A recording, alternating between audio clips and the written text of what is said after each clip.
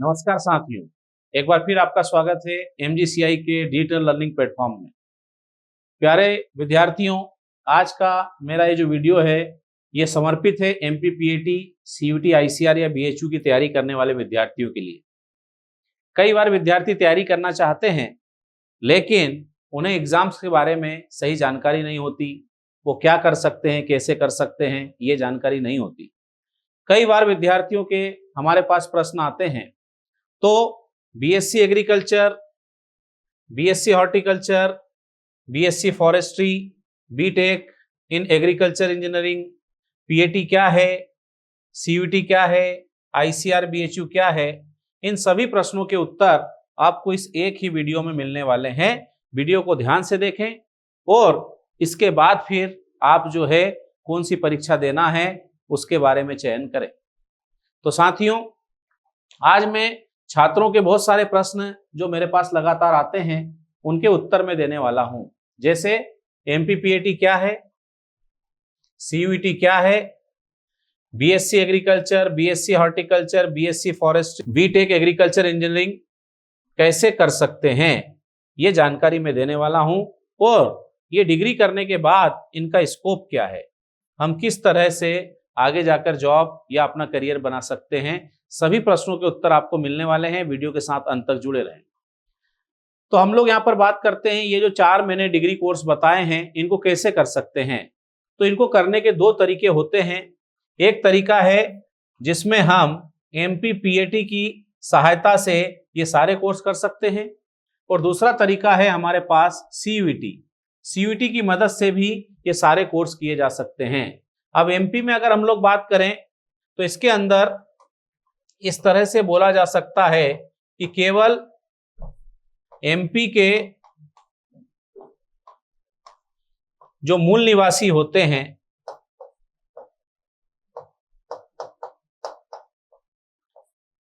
वही MPPAT दे सकते हैं, इसकी सहायता से कोर्स कर सकते हैं। लेकिन CUT की जो परीक्षा है इसमें हम लोग कहेंगे कि संपूर्ण भारत के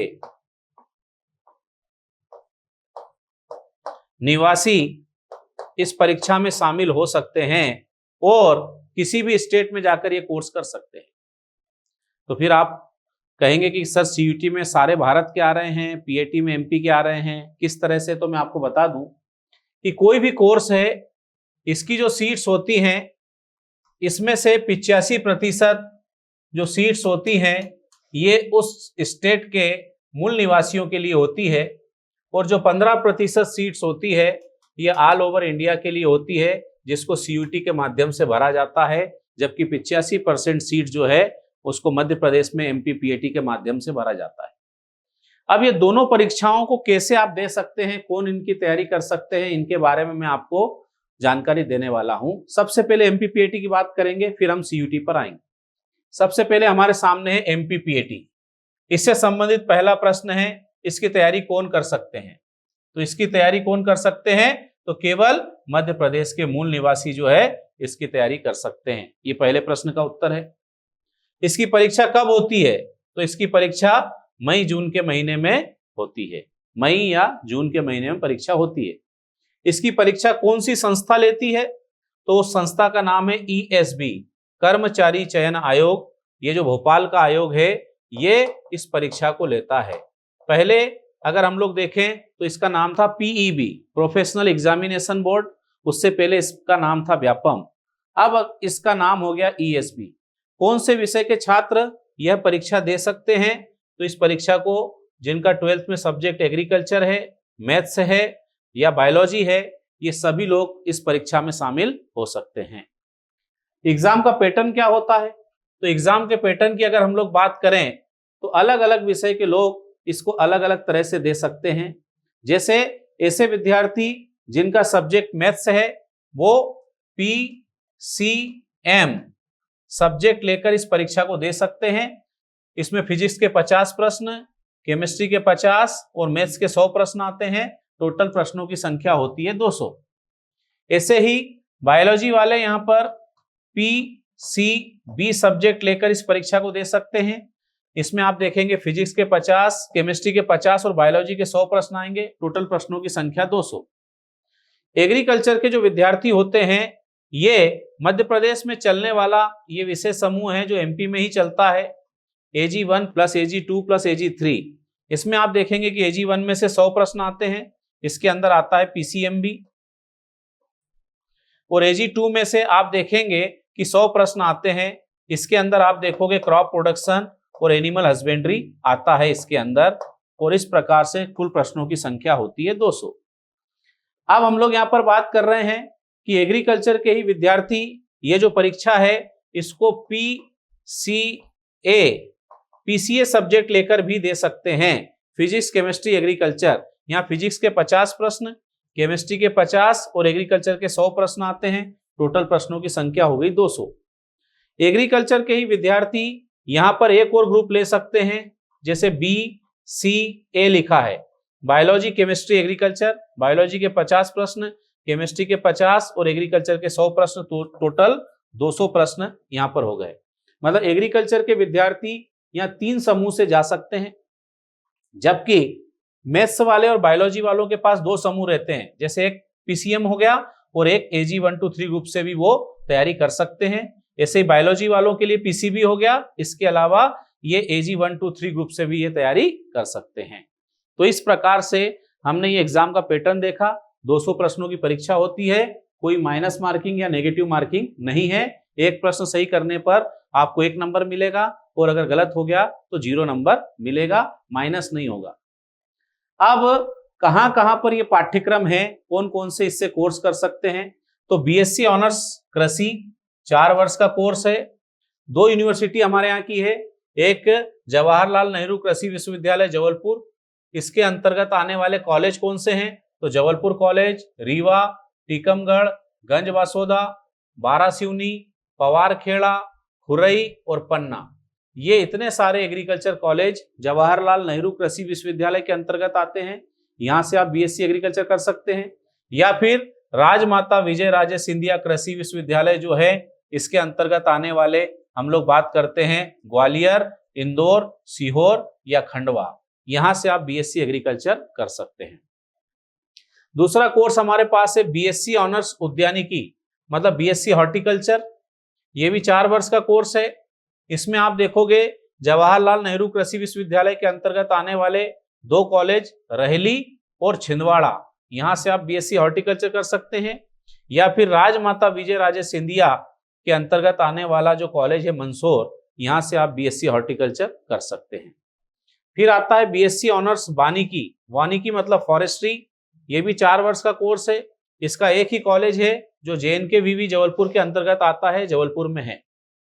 इसके अलावा जो विद्यार्थी PCM से तैयारी करते हैं वो BSc agriculture, BSc forestry, BSc horticulture के साथ साथ BTech एग्रीकल्चर इंजीनियरिंग भी कर सकते हैं। ये 4 वर्ष का कोर्स है और एक ही महाविद्यालय है, जबलपुर में है, JNKVV के अंतर्गत आने वाला ये महाविद्यालय है। एक और हम लोग कहेंगे कि विश्वविद्यालय है जिसका नाम है महात्मा गांधी चित्रकूट ग्रामोदय विश्वविद्यालय, यहां से आप BSc एग्रीकल्चर कर सकते हैं। ये भी 4 वर्ष का कोर्स है। चित्रकूट में BSc हॉर्टिकल्चर, BSc फॉरेस्ट्री और BTech नहीं है, ओनली BSc एग्रीकल्चर है। तो आप इतनी जगह से BSc कर सकते हैं। आगे चलता हूं मैं, तो टोटल सीट्स की बात करते हैं।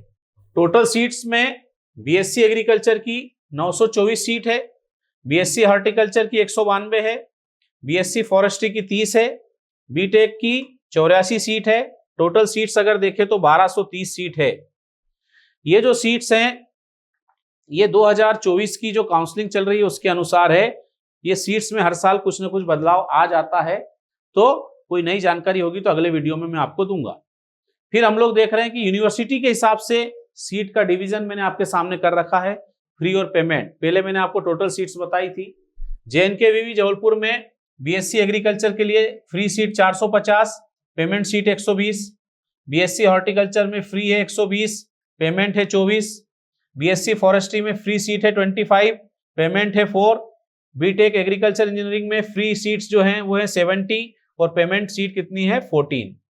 ऐसे ही आरबीएस के बीबी की बात करता हूं तो यहां पर बीएससी एग्रीकल्चर की 220 है फ्री सीट, पेमेंट सीट है 44। बीएससी हॉर्टिकल्चर की फ्री सीट कितनी है 40, पेमेंट सीट है 8। और ये जो चित्रकूट ग्रामोदय विश्वविद्यालय है यहां पर ओनली बीएससी एग्रीकल्चर होता है, फ्री सीट है 80 और पेमेंट सीट है 40। टोटल ये यूनिवर्सिटी के हिसाब से सीट्स जो हैं उनका बंटवारा मैंने आपके सामने रखा। अब हम लोग अगली परीक्षा पर आते हैं जिसका नाम है सीयूईटी। सीयूईटी का मतलब है कॉमन यूनिवर्सिटी एंट्रेंस टेस्ट। पूरे भारत के अंदर करीब 204 विश्वविद्यालय की एक इकट्ठी परीक्षा लेने वाली संस्था का नाम है सीयूईटी। सीयूईटी जो है एक एग्जाम का नाम है जो सारी यूनिवर्सिटी के लिए होती है। ये जो परीक्षा है इसके बारे में बात करते हैं, इसकी तैयारी कौन कर सकते हैं? तो पूरे भारत के मूल निवासी इस परीक्षा की तैयारी कर सकते हैं। परीक्षा कब होती है? तो ये परीक्षा होती है मई में। इसकी परीक्षा कौन सी संस्था लेती है? NTA, national testing agency. सभी बड़ी बड़ी परीक्षाएं जैसे नीट है, जेई है, सीयूईटी है, ये परीक्षा लेने का काम एनटीए का है। कौन से विषय के छात्र यह परीक्षा दे सकते हैं? तो एग्रीकल्चर, पीसीएम और पीसीबी। बाकी विषय के लोग भी इस परीक्षा को दे सकते हैं, लेकिन मैं एग्रीकल्चर से रिलेटेड जिन कोर्स में जाने की बात हो रही है उसी की जानकारी आपको दे रहा हूं, इसलिए मैंने आपको ये 3 सब्जेक्ट के लोग बताए हैं। बाकी आर्ट्स वाले, कॉमर्स वाले अपने अपने सब्जेक्ट के लिए इस परीक्षा को दे सकते हैं। ठीक है, आगे चलते हैं। तो स्कीम ऑफ एग्जामिनेशन, किस तरह से ये परीक्षा होती है? इसमें टोटल सब्जेक्ट अगर देखे जाए तो 61 सब्जेक्ट आते हैं, जिसमें से 23 लैंग्वेज या भाषा के हैं, 27 डोमेन सब्जेक्ट होते हैं और एक जनरल टेस्ट होता है। इसमें से हमारे काम का जो सब्जेक्ट है वो है डोमेन। 27 सब्जेक्ट हैं, ये डोमेन सब्जेक्ट होते हैं। पेपर की अगर बात करें तो आप यहां पर देखेंगे कि 6 टेस्ट पेपर आप चूज कर सकते हैं। 4 से 5 डोमेन सब्जेक्ट आप ले सकते हैं, बाकी एक जनरल टेस्ट और 2 लैंग्वेज आप यहां पर ले सकते हैं। लेकिन मैंने आपसे कहा कि हमारे काम का केवल डोमेन सब्जेक्ट है, वो अभी मैं आपको अगली स्लाइड में बताऊंगा। लैंग्वेज वाला हमारे काम का नहीं है। मोड ऑफ एग्जामिनेशन, एग्जाम कैसे होती है? तो अभी देखेंगे 24 की एग्जाम हाइब्रिड मोड में हुई थी। हाइब्रिड मोड का मतलब होता है pen and paper plus CBT, मतलब ऑनलाइन भी थी, कुछ पेपर ऑनलाइन हुए थे और कुछ पेपर कैसे हुए थे? ऑफलाइन। दोनों मोड में ये परीक्षा हुई थी। ठीक है, क्वेश्चंस कितने होते हैं? तो इसमें बहुत सारी बातें लिखी है, लेकिन मैं आपको डोमेन सब्जेक्ट के बारे में आगे जानकारी दूंगा कि कौन से सब्जेक्ट है, कितने क्वेश्चन आते हैं और हमको कितने करना होते हैं। अब डोमेन सब्जेक्ट की लिस्ट मैंने आपके सामने रखी है। इसमें से हमारे काम के कौन कौन से हैं? तो एक हो गया एग्रीकल्चर, ये हमारे काम का है 302। एक ही हो गया बायोलॉजी 304। एक हो गया केमिस्ट्री 306। फिर हम लोग आगे बढ़ते हैं तो हमारे पास यहां पर मैथमेटिक्स 319 और इसके बाद फिजिक्स 322। अब यहां पर मैंने 5 सब्जेक्ट आपके सामने लिखे। एग्रीकल्चर वाले क्या ले सकते हैं? A B C, agriculture, biology, chemistry, या PCA, physics, chemistry, agriculture. Biology वाले क्या ले सकते हैं? तो बायोलॉजी वाले जो स्टूडेंट हैं उनके लिए मैं आपके सामने लिख देता हूं, ये ले सकते हैं पीसीबी। फिर मैथ्स वाले लोग क्या ले सकते हैं? तो ये पीसीएम, ये ले सकते हैं। और किसी का एडिशनल बायोलॉजी या मैथ्स हो तो वो मैथ्स के साथ बायोलॉजी ले सकते हैं या बायोलॉजी के साथ मैथ्स ले सकते हैं। ये हमारे डोमेन सब्जेक्ट हो गए जिनको आप एग्जाम में चूज कर सकते हैं। एग्जाम का पैटर्न अगर देखें तो कैसा होता है भाई? पीसीएम के जो स्टूडेंट हैं इनके लिए पीसीएम में आप देखोगे सभी सब्जेक्ट के 50-50 प्रश्न आएंगे, लेकिन हमारे को अटेम्प्ट कितने करना है? 40-40 प्रश्न यहाँ पर अटेम्प्ट करना है, 10 प्रश्न छोड़ने की आजादी होती है। ऐसे पीसीबी वालों के, एबीसी वालों के, पीसीए वालों के सभी को 50-50 प्रश्न हर विषय के आएंगे और करना होते हैं 40-40 प्रश्न। फिर फाइनल स्कोर कैलकुलेटिंग फार्मूला, क्योंकि इसमें नेगेटिव मार्किंग होती है इसलिए मैं आपको बता दूं 5R-1W। एक प्रश्न करेंगे आप तो आपको 5 यहां पर नंबर मिलेंगे और एक गलत हो गया तो -1 हो जाएगा। टोटल अगर हम लोग देखें तो 120 प्रश्न होते हैं, 5 नंबर का एक है तो टोटल अगर आप देखोगे मैक्सिमम मार्क्स कितने हो गए, तो यहाँ पर मैक्सिमम मार्क्स हो जाएंगे 600। 600 जो है यहाँ पर आपके मैक्सिमम मार्क्स हो जाएंगे। समझ गए? इस तरह की नेगेटिव मार्किंग होती है। ये जो परीक्षा है इसके अंदर हम लोग बात करते हैं कि यहां पर 12th NCERT इस बेस पर पेपर होता है, केवल 12th आता है, 11th का सिलेबस यहां पे नहीं आता है। एग्रीकल्चर में जरूर पूरा आता है, लेकिन बाकी विषय की अगर हम लोग बात करें, एग्रीकल्चर में हम लोग देखें तो आप यहां पर देखेंगे कि 11th प्लस 12th दोनों का सिलेबस आता है। बाकी फिजिक्स हो, केमिस्ट्री हो, मैथ्स हो, बायोलॉजी हो, इसमें ओनली 12th NCERT जो है इसी में से प्रश्न पूछे जाते हैं। तो प्यारे विद्यार्थियों, ये जो हमने एग्जाम का पैटर्न देखा CVT का, ये था 2024 तक अप टू 2024। 2025 से हो सकता है कि ये पैटर्न चेंज हो जाए, जैसा सुनने में आ रहा है। इस वर्ष अभी फाइनल नहीं हुआ है कि 2025 में जो CVT की एग्जाम होगी उसका पैटर्न अलग रहेगा। हो सकता है कि उसमें सारे के सारे प्रश्न हल करना रहे, 50 में से 50 प्रश्न हल करना रहे। ये जो 10 क्वेश्चन छोड़ने वाला ऑप्शन है ये चेंज हो सकता है। इसके अलावा ये जो कैलकुलेटिंग फार्मूला है ये भी चेंज हो सकता है, अभी कंफर्म नहीं है। तो अगर कोई नई जानकारी आती है, कोई नया चेंज आता है, तो आपके सामने मैं नया वीडियो लेकर आऊंगा। इसके लिए आप अपनी तैयारी करें, लेकिन तैयारी के साथ साथ आपको MG कोचिंग के YouTube चैनल से भी कनेक्ट रहना है, क्योंकि कोई भी नई इंफॉर्मेशन आती है तो वो हम यहीं पर बताते हैं।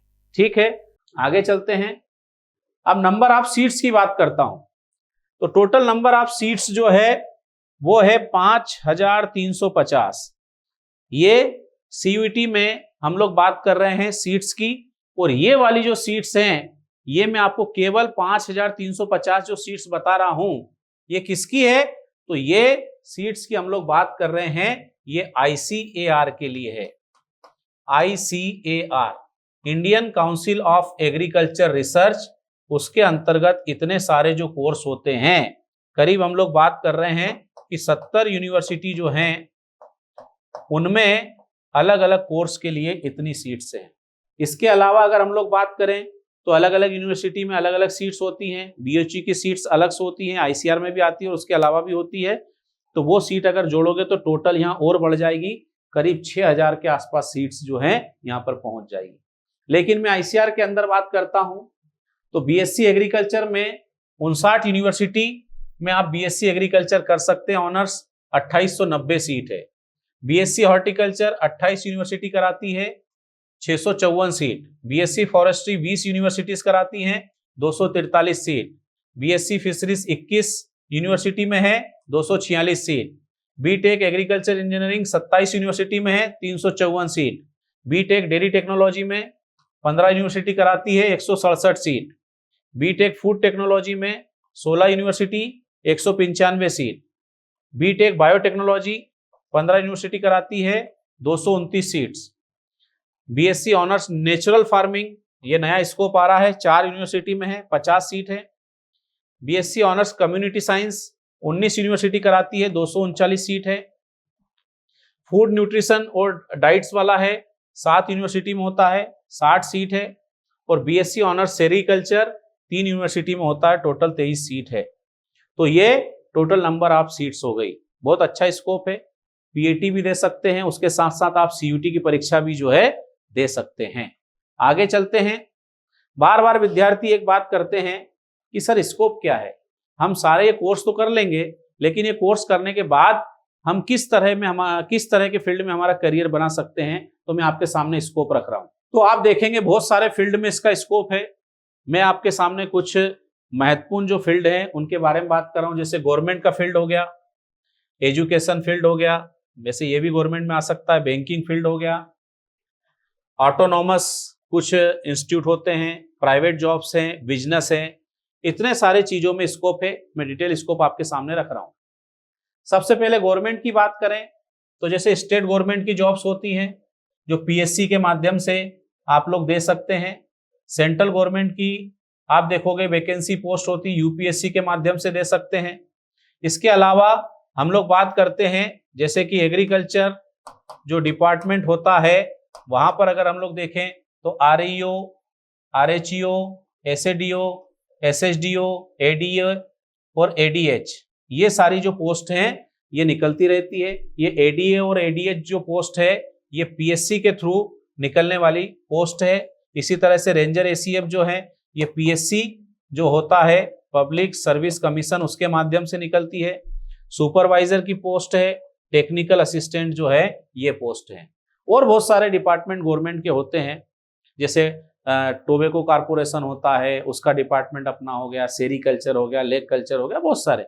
लेकिन मैंने मोटी मोटी आपके सामने जानकारी रखी है। एजुकेशन फील्ड में आप असिस्टेंट प्रोफेसर जो है एग्रीकल्चर कॉलेज में बन सकते हैं। वर्ग एक टीचर की आपके पास जॉब हो सकती है। KVK में SMS करके होता है। रिसर्च एसोसिएट होते हैं, SRF होते हैं, सीनियर रिसर्च फेलोशिप, ये सारा जो है ये एजुकेशन फील्ड के अंदर हमने देखा कि आपके सामने इतनी सारी वैकेंसी होती है। इसमें रिसर्च वाला भी हम लोग ले सकते हैं, जो साइंटिस्ट वाला पोस्ट होती है वो भी इसमें आ जाएगी। आगे चलते हैं बैंकिंग सेक्टर में।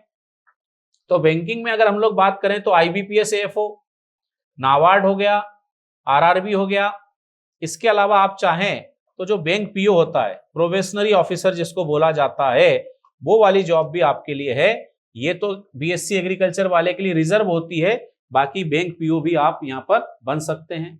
इसके बाद ऑटोनॉमस में अगर हम लोग बात करें तो कुछ इंस्टीट्यूट है, जैसे इफ्को है, क्रफ्को है, कॉटन कारपोरेशन है, स्पाइस बोर्ड है, FCI है, food corporation of India, NSC है, ये जो है नेशनल सीड कारपोरेशन, ये भी अपनी वैकेंसी समय समय पर निकालते हैं, इसमें आप जा सकते हैं।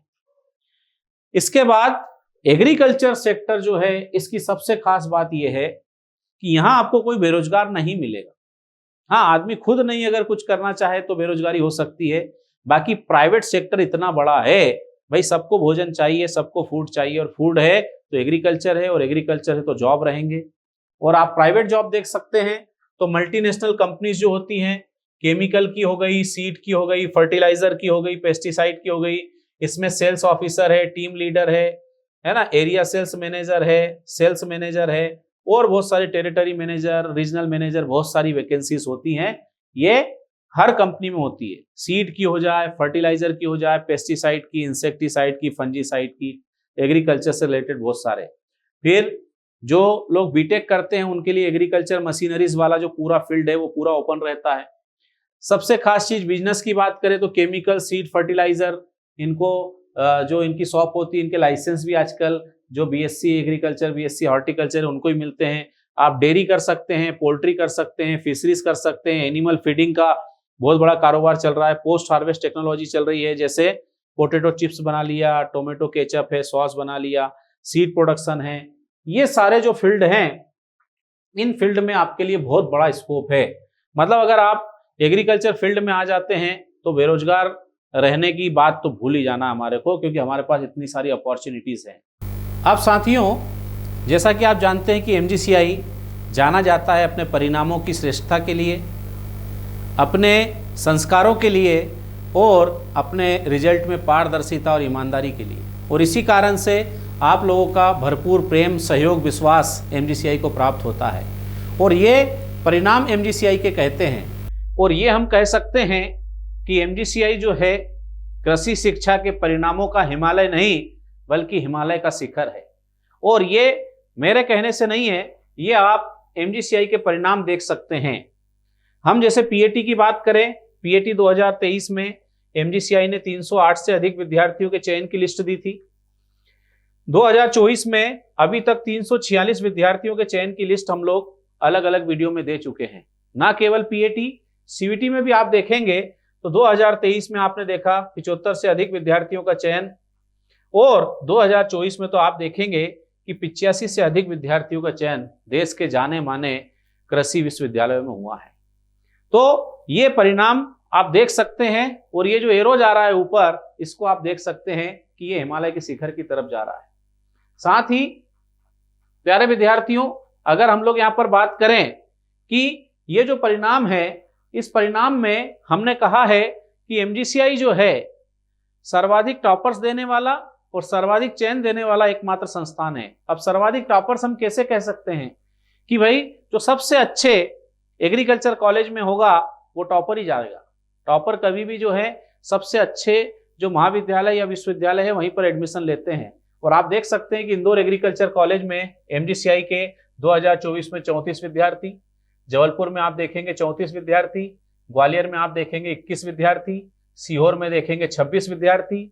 इसी प्रकार से सभी अगर हम कृषि महाविद्यालय की बात करें तो 2024 में 346 विद्यार्थियों के चयन की लिस्ट हमने दी है। और ये जो लिस्ट है ये हमारे तक आए हुए परिणामों की है। चयन में आप देखोगे संख्या इससे भी ज्यादा है। ना केवल पीएटी की बात करें, सीयूटी में तो आप देखेंगे सीयूटी में एमजीसीआई की छात्रा अति जैन ने अतीत के सारे रिकॉर्ड तोड़ दिए हैं। और ना केवल मध्य प्रदेश का बल्कि मध्य भारत का सर्वोच्च स्कोर दिया है 600 में से 565। एग्रीकल्चर में तो आप देखोगे कि 200 में से 200 आए हैं। और ना केवल एमजीसीआई को, अपने माता पिता को, बल्कि पूरे मध्य प्रदेश को गौरवान्वित किया है अति जैन ने। और IARI जैसे सर्वोच्च संस्थान में इन्होंने अपना चयन जो है सुनिश्चित किया है, सिलेक्ट किया है। तो दोस्तों इसी प्रकार से आप देखेंगे कि मैं आपके सामने चयनित विद्यार्थियों की संख्या रख रहा हूं। IARI जो है इसमें आप देखेंगे अति जैन गई है। जीवी पंत, कृषि का स्वर्ग कहा जाने वाला, 4 विद्यार्थी यहाँ हैं। BHU में आप देखेंगे 3 विद्यार्थी हैं। चौधरी चरण सिंह में 1 विद्यार्थी हैं। आचार्य NG रंगा में आप देखेंगे 3 विद्यार्थी एमजीसीआई के आपको नजर आएंगे। CSK हिमाचल प्रदेश में आप देखेंगे 1 विद्यार्थी यहाँ है। आनंद एग्रीकल्चर यूनिवर्सिटी में 10 विद्यार्थी है। इसी प्रकार से आप देखेंगे कि ऐसा कोई भारत का कृषि महाविद्यालय और विश्वविद्यालय नहीं है जहां की मध्य प्रदेश के छात्र MG कोचिंग के छात्र नहीं पढ़ रहे हो। टोटल आप देखेंगे कि 85 जो छात्र हैं एमजीसीआई के, ये देश के जाने माने जो कृषि विश्वविद्यालय है उनके अंदर पढ़ रहे हैं। दोस्तों ये एमजीसीआई का परिणाम रहा है। पिछले अनेक वर्षों से एमजीसीआई ऐसा परिणाम देता आ रहा है और मैं आपको विश्वास दिलाता हूं कि आने वाले वर्षों में इससे भी बेहतर परिणाम एमजीसीआई आपको देगा। और ये जो परिणाम है हम समर्पित करते हैं हमारे सभी चयनित विद्यार्थियों को, उनके अभिभावक जिन्होंने बच्चों को यहाँ तक पढ़ने के लिए भेजा, तथा सभी एमजीसीआई के शुभचिंतकों को समर्पित करते हैं जिन्होंने एमजीसीआई के साथ हमेशा विश्वास रखा है, भरोसा किया है। तो दोस्तों एमजीसीआई के साथ इसी तरह से जुड़े रहें ताकि आप जो है आगे ऐसा परिणाम दे सके। अगर आप चाहते हैं ऐसे किसी संस्थान का सिलेक्शन या इंतजार कर रहे हैं कि जो सभी विद्यार्थियों पर एक समान ध्यान देता हो, तो आपको चिंता नहीं करना है। एमजीसीआई आना है और अपना भविष्य सुरक्षित हाथों में देना है। बहुत बहुत धन्यवाद साथियों।